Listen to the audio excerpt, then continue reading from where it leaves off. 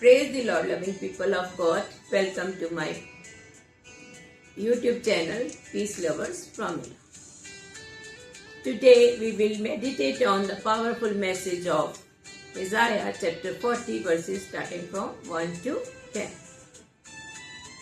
A chapter filled with God's comfort, hope and the promise of His glorious coming.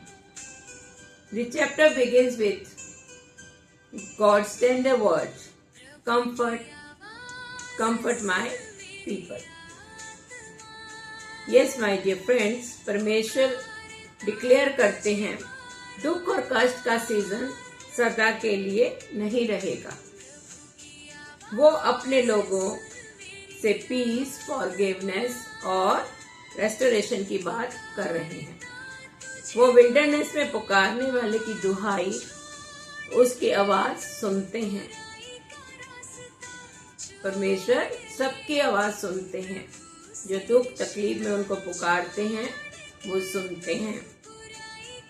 और प्रभु verse 3 में लिखे, प्रभु के लिए मार प्यार करो।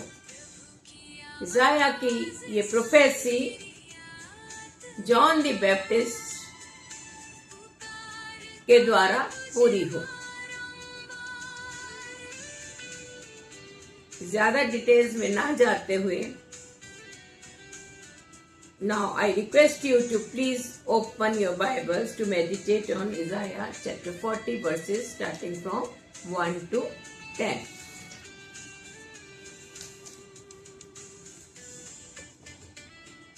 तुम्हारा परमेश्वर यह कहता है, मेरी प्रजा को शांति दो, शांति।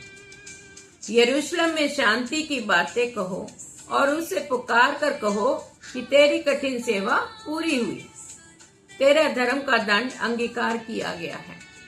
यहोवा के हाथ से तू अपने सब पापों का दूना दंड पा चुका। किसी की पुकार सुनाई देती है, जंगल में यहोवा का मार्ग सुधारो। हमारे परमेश्वर के लिए अराबा में एक राजमार्ग चौरस करो, हर एक तराई भर दी जाए और हर एक पहाड़ और पहाड़ी गिरा दी जाए। जो टेढ़ा है वह सीधा और जो ऊंचा नीचा है वह चौरस किया जाए। तब यहोवा का तेज प्रकट होगा और सब प्राणी उसको एक संग देखेंगे, क्योंकि यहोवा ने आप ही ऐसा कहा है। वो बोलने वाले का वचन सुनाई दिया, प्रचार कर। मैंने कहा, मैं क्या प्रचार करूं? सब प्राणी घास हैं, उनकी शोभा मैदान के फूल के समान है। जब यहोवा की सांस उस पर चलती है तब घास सूख जाती है और फूल मुरझा जाता है। निस्संदेह प्रजा घास है, घास तो सूख जाती है और फूल मुरझा जाता है, परंतु हमारे परमेश्वर का वचन सदैव अटल रहेगा। हे सिय्योन को शुभ समाचार सुनाने वाली, ऊंचे पहाड़ पर चढ़ जा। हे यरूशलेम को शुभ समाचार सुनाने वाली, बहुत ऊंचे शब्द से सुना, ऊंचे शब्द से सुना, मत डर। यहूदा के नगर से कह, अपने परमेश्वर को देखो। देखो, प्रभु यहोवा सामर्थ दिखाता हुआ आ रहा है, वह अपने भुजबल से प्रभुता करेगा। देखो, जो मजदूरी देने की है वह उसके पास है, और जो बदला देने का है उसके हाथ में है। जी हाँ, यहाँ परमेश्वर का वचन हमें जो वर्स 3 है, वर्स 1 और 2 है, जो ये यिर्मयाह में हम इसके लिए देखेंगे, चलेंगे। यिर्मयाह 29, यिर्मयाह 29 वर्सेस 10 to 14। यहोवा यूं कहता है, बेबीलोन के 70 वर्ष पूरे होने पर मैं तुम्हारी सुधि लूंगा और अपना यह मनभावना वचन कि मैं तुम्हें इस स्थान में लौटा ले आऊंगा पूरा करूंगा। क्योंकि यहोवा की यह वाणी है कि जो कल्पनाएं मैं तुम्हारे विषय में करता हूँ उन्हें मैं जानता हूँ, वे हानि की नहीं वरन कुशल की हैं, और अंत में तुम्हारी आशा पूरी करूंगा।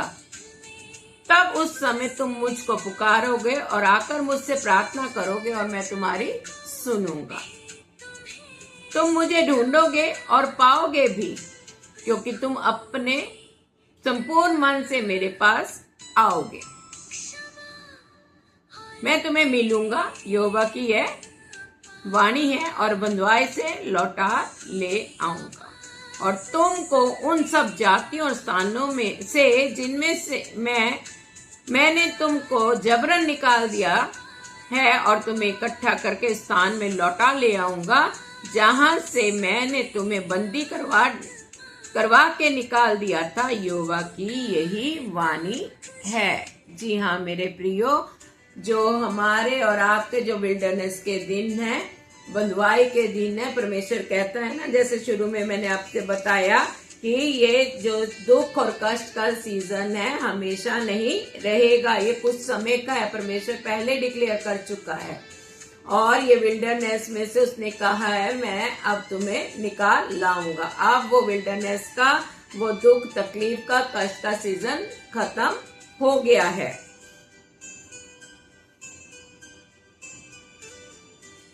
और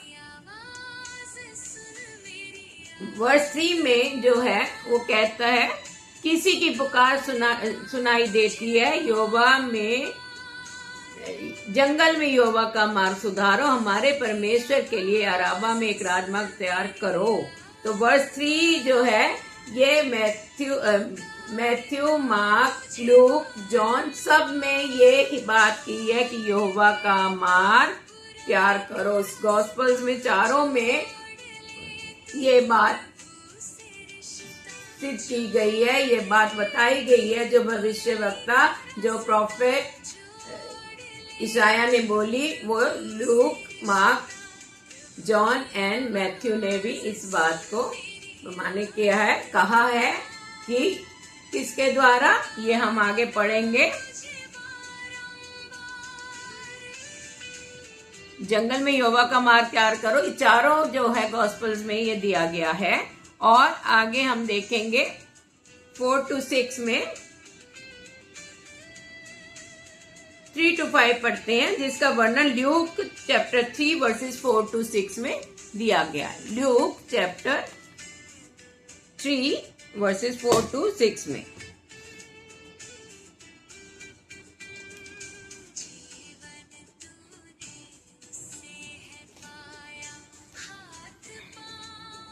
और यशा ये है, जब जकरिया के पुत्र यूहन्ना के पास जब परमेश्वर का ये शब्द पहुंचा कि यहोवा का मार्ग तैयार करो, तो ये जकरिया का पुत्र यूहन्ना कौन है? John the Baptist. John the Baptist के पास जब ये पहुंचा तो वह यरदन के पार आसपास के सारे प्रदेश में जाकर पापों की क्षमा के लिए मन फिराव का बपतिस्मा का प्रचार करने लगा।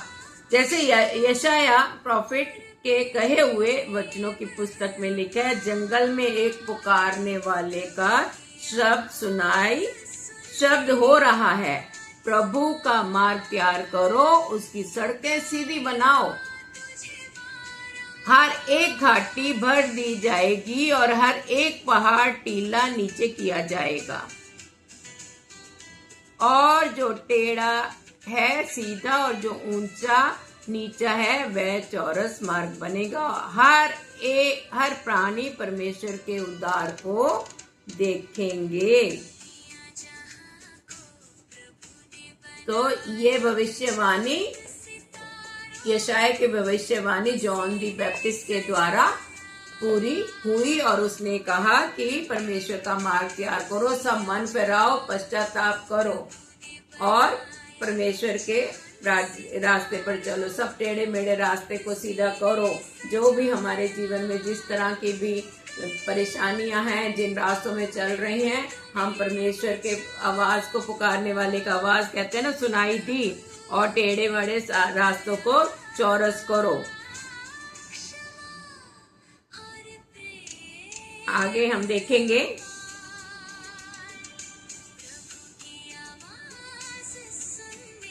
तो वो यही कह रहा है कि पापों की क्षमा के लिए मन फिराए का बैप्टिज्म का प्रचार उन्होंने किया। किसने? जॉन दी बैप्टिस्ट ने। और ईसाया के द्वारा कहे गए वचनों जो पुस्तक में लिखे हैं वो सब उसने उनको पूरा किया। आगे ईसाया चैप्टर 40 वर्सेस 6 to 8। बोलने वाले का वचन सुनाई दिया, प्रचार कर। मैंने कहा मैं क्या करूं? सब पुरानी घास हैं, उनकी शोभा मैदान के फूल के समान है। जब यहोवा की सांस उस पर चलती है, जब घास सूख जाती है और फूल मुरझा जाता है, निसंदेह प्रजा घास है। घास तो सूख जाती है, फूल मुरझा जाता है, परंतु हमारे परमेश्वर का वचन सदैव अटल रहेगा। जी हाँ, उन्होंने कंपैरिजन घास के समान करा है अपनी प्रजा का कंपैरिजन। आप और हम भी हैं, एक घास के समान है, जिसका वो कह रहे हैं कि हम सब जो मनुष्य हैं, हमारी देह भी एक घास के समान है। अभी हम चर्चेज में जाते हैं, कन्वेंशंस में जाते हैं, बहुत पीरियड से भर जाते हैं और बाहर निकल के बाद फिर हम सब कुछ भूल जाके सब वही जिंदगी उसी में वापस चले जाते हैं। जैसे सुबह जब है कि दिन चढ़ते ही अपनी घास उगती है और फूल भी खिलता है, लेकिन जब दिन भर में सूरज बढ़ता है और परमेश्वर की जय कह रहे हैं ना, सांस के साथ साथ फिर फूल भी दिन भर में मुरझा जाता है, घास भी मुरझा जाती है। आपके और हमारे जीवन भी एक घास के समान है। और परमेश्वर का वचन, लेकिन वो बताता है कि परमेश्वर का वचन सदा ही बना रहता है। जैसे जेम्स 1 वर्सेस 9 to 11 में जेम्स ने साफ साफ लिखा है, दीन भाई अपने ऊंचे पद पर घमंड करे और धनवान अपनी नीची दशा पर, क्योंकि वह घास के फूल की तरह जाता रहेगा। क्योंकि सूर्य होते ही कड़ी धूप पड़ती है और घास को सुखा देती है और उसका फूल झड़ जाता है और उसकी शोभा जाती रहती है। इसी प्रकार धनवान भी अपने मार्ग पर चलते चलते धूल में मिल जाता है। मीन्स एक निर्धन मसीह या परमेश्वर का जन किसी धनवान से कहीं बेहतर है। क्यों? कि वो अपनी कमाई पे, अपने हाथ की कमाई पे, अपनी बुद्धि पर घमंड नहीं कर रहा कि ये मैंने किया है, मैं कि मैंने ये कमाया, मैंने अपनी मेहनत से, अपनी बुद्धि से। तो वो उसकी टेक का एक निर्धन की, एक गरीब की, एक दीन की टेक है, जो उसकी निगाहें परमेश्वर पर, वो परमेश्वर पर टेक लगाए है। तो वो उसकी थोड़ी सी भी कमाई जो है बहुत है। और लेकिन धनवान की बहुत भी कमाई है, जो वो चाहे वो अपनी समझ से कमाई है, लेकिन वो ज्यादा दिन की नहीं है। जो परमेश्वर के द्वारा धन मिलता है वो आशीषमय होता है, और जो इन मनुष्य अपनी समझ से, अपनी बुद्धि, अपनी समझ, अपने ज्ञान से कमाता है, तो उसमें दुख शामिल होता है। वो ज्यादा दिन नहीं चलता, आशीषित नहीं रहता है। और जो परमेश्वर पर निर्भर करता है वह सबसे बड़ा धनी है। तभी तो जेम्स ने वर्स 9 में कहता है ना, दीन अपने ऊंचे पद पर घमंड करे। क्यों ऊंचे घमंड पर? क्योंकि जो परमेश्वर दे सकता है वह दुनिया की कोई ताकत नहीं दे सकती। जब भी तो कहते हैं दीन बनो, निम्न बनो, उनको परमेश्वर ऊंचे पे उठाता है। और धनवान जो घमंड करता है कि मैंने अपनी बुद्धि, अपनी समझ से ये सब प्राप्त किया, तो सबसे ज्यादा निर्धन है। जो अपनी बुद्धि, अपनी समझ, अपने ज्ञान की कमाई पर वो अमीर होते हुए भी निर्धन है। और जो एक गरीब है, जिसकी नजरें निगाहें परमेश्वर पर है, वो गरीब होते हुए भी सबसे बड़ा धनी है। क्योंकि उसने परमेश्वर जो जगत का सृष्टि करता है उसी को ले लिया, तो उसके द्वारा तो उसको सब कुछ मिल जाएगा ना। उसकी निगाहें जीते परमेश्वर पर हैं, जो सब कुछ देने की समर्थ रखता है। तो वो सबसे बड़ा धनी है जिसकी निगाहें उस पर हैं।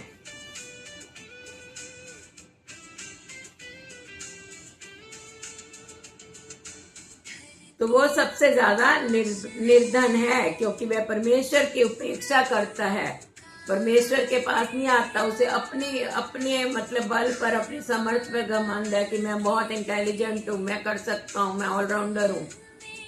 तो वो सबसे निर्धन है। या यूं कहेंगे, परमेश्वर की ओर से नहीं होता वो तरह तरह की, जो धन परमेश्वर की ओर से नहीं होता वो तरह तरह की टेस्टिंग्स में पड़ता है। तकलीफ, संकट, परेशानी वो धन ला सकता है जो परमेश्वर की ओर से नहीं होता। वो और जो परमेश्वर की ओर से है वो आशीषित होता है और उसमें कोई भी दुख शामिल नहीं होता। आगे इज़ाया चैप्टर 40 की 9 और 10 वर्स हम पढ़ेंगे। हे सिय्योन को शुभ समाचार सुनाने वाले, ऊंचे पहाड़ पर चढ़ जा। हे यरूशलेम के शुभ समाचार सुनाने वाली, बहुत ऊंचे शब्द से सुना, ऊंचे शब्द से सुना, मत डर। यहूदा के नगरों से कह, अपने परमेश्वर को देखो। देखो, प्रभु यहोवा सामर्थ्य दिखाता हुआ आ रहा है, वह अपने भुजबल से प्रभुता करेगा। देखो, जो मजदूरी देने की है उसके पास है, और जो बदला देने का है उसके हाथ में है। जी हाँ, यहाँ हम चैप्टर 60 इज़ाया चैप्टर 62 वर्स 11 को भी हम देखेंगे।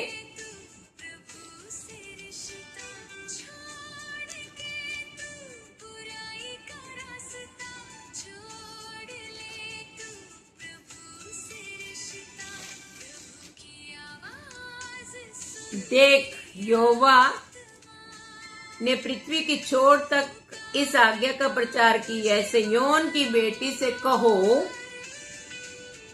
देख तेरा उद्धार करता आता है।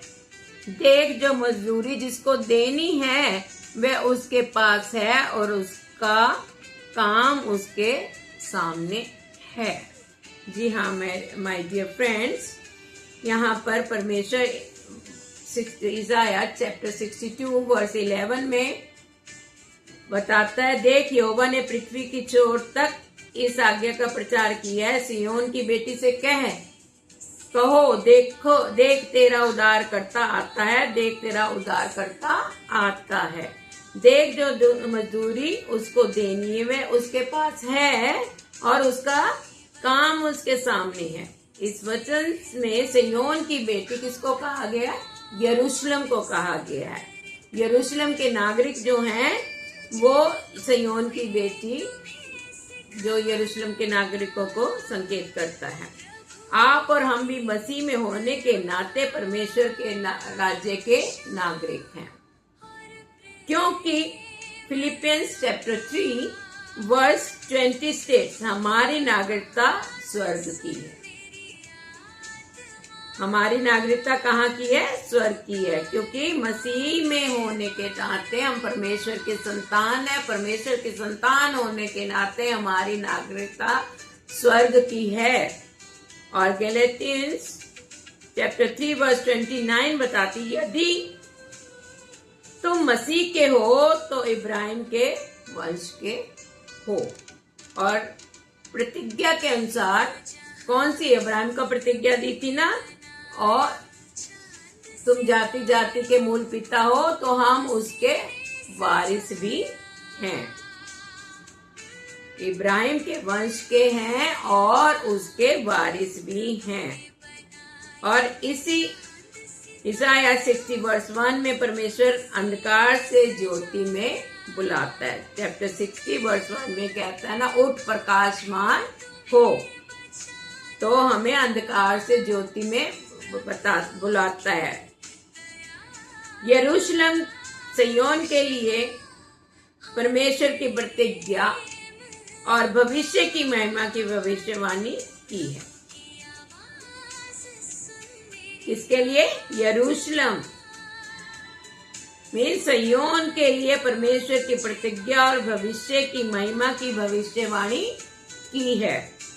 वैसे ही आज मसीह में हम भी उसकी ज्योति को अपने जीवन में प्रकट करने के लिए बुलाए गए हैं, क्योंकि हम ज्योति की संतान हैं। और जैसे यरूशलेम को बुलाया गया है, यरूशलेम के नागरिकों को बुलाया गया है, क्योंकि सिय्योन देश हमारा देश है, तो इसीलिए हमें भी बुलाया गया है। उठे, हम अपने पापों से बाहर निकलकर प्रकाशमान हो, अंधकार से बाहर निकलकर ज्योति में आए, क्योंकि परमेश्वर ज्योति है, यीशु ज्योति है, हम ज्योति के संतान हैं। तो हम अंधकार से ज्योति में आए और इसीलिए हमें बुलाएगा। और हर एक विश्वासी को ये प्रोत्साहित करता है कि परमेश्वर की महिमा को संसार के सामने हम प्रकट करें। और रेवलेशन 22:12 स्टेट्स, देख मैं शीघ्र आने वाला हूँ और प्रत्येक के काम के अनुसार बदला देने के लिए प्रतिफल मेरे पास है। तो मेरे प्रियो, प्रकाशित वाक्य में रेवलेशन 22:12 में ये कहा गया है, बताया गया है, यूहन्ना ने लिखा है कि परमेश्वर क्या कहता है, क्योंकि परमेश्वर की हर बात यूहन्ना को पता थी, उसी ने रेवलेशन लिखा है। और वो परमेश्वर को, नबी यीशु को बहुत नजदीकी से जानता था। तो इसीलिए कहा है कि देख मैं शीघ्र आने वाला हूँ, प्रत्येक के कामों के अनुसार बदला देने के लिए मेरे पास प्रतिफल है। इसलिए ये परमेश्वर की बुलाहट है। हम उसके इन वचनों के द्वारा अपने आप को सचेत करें और अपने पापों से फिरें, अपना मन फिराएं और उसके स्वर्गीय राज्य, जबकि उसने कहा है हम स्वर्ग के वारिस हैं, अपने आप को उसके स्वर्गीय राज्य के लिए हम तैयार करें, क्योंकि जब वो आएगा वो उसको हमारे, चाहे हम काल कोठरी में घुसकर भी कोई काम करेंगे वो उससे छुपा नहीं है। इसलिए वो पृथ्वी पर रहते हुए हमें मौके पर मौके दे रहा है कि आओ मेरे बेटे, आओ मेरी बेटी, मेरे पास आओ। वो पक्का हमारे हृदयों के द्वारों पे खड़ा पुकार रहा है, ताकि आज ही हम मन फिराएं, पश्चाताप करें और अपने आप को स्वर्गीय राज्य के लिए तैयार करें, उसके वारिस होने के लिए तैयार करें। क्योंकि जब वो आएगा तो उसके पास हमारी सारे कामों का लेखा जोखा होगा, फिर वो हमारे कामों के अनुसार हमें बदला देगा। तो ऐसा दिन ना देखना पड़े कि हमें उसके सामने खड़े होना पड़े एक दोषी की तरह, कि वो कहे कि मैं तुम्हें नहीं जानता। तो इसलिए आज ही हमें परमेश्वर मौका दे रहा है कि हम उसके राज्य के वारिस होने के लिए अपने आप को तैयार करें, अपनी सारी बीती बातों को भूलकर आगे की ओर देखें और उसके स्वर्गीय राज्य के वारिस जो उसने हमें कहा है उस जगह के लिए हम अपने आप को तैयार करें।